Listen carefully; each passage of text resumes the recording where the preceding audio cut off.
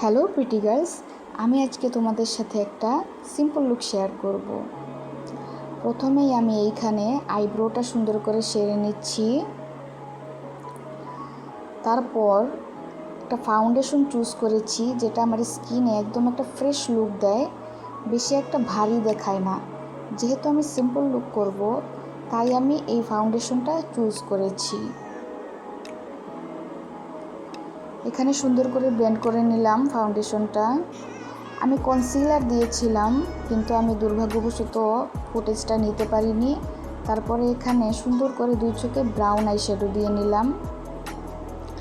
Shimmer দিয়ে নিচ্ছি golden colour. আইলাইনারটা সেরে নিলাম। পুরো চেহারায় সুন্দর করে ব্রঞ্জ করে নিচ্ছি, যেন চেহারাটা খুব শার্প দেখা যায়।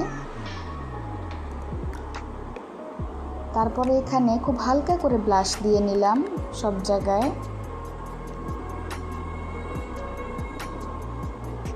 একটু হাইলাইটার দিচ্ছি হালকা করে, বেশি ভারী দেইনি।